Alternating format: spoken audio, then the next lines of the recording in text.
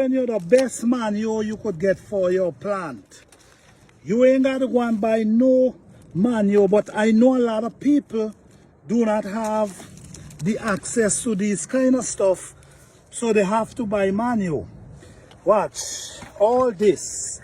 I'm going to show you how much I get out of this tree.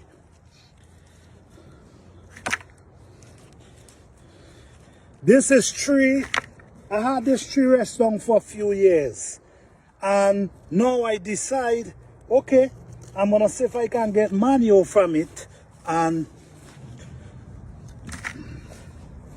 this is very healthy.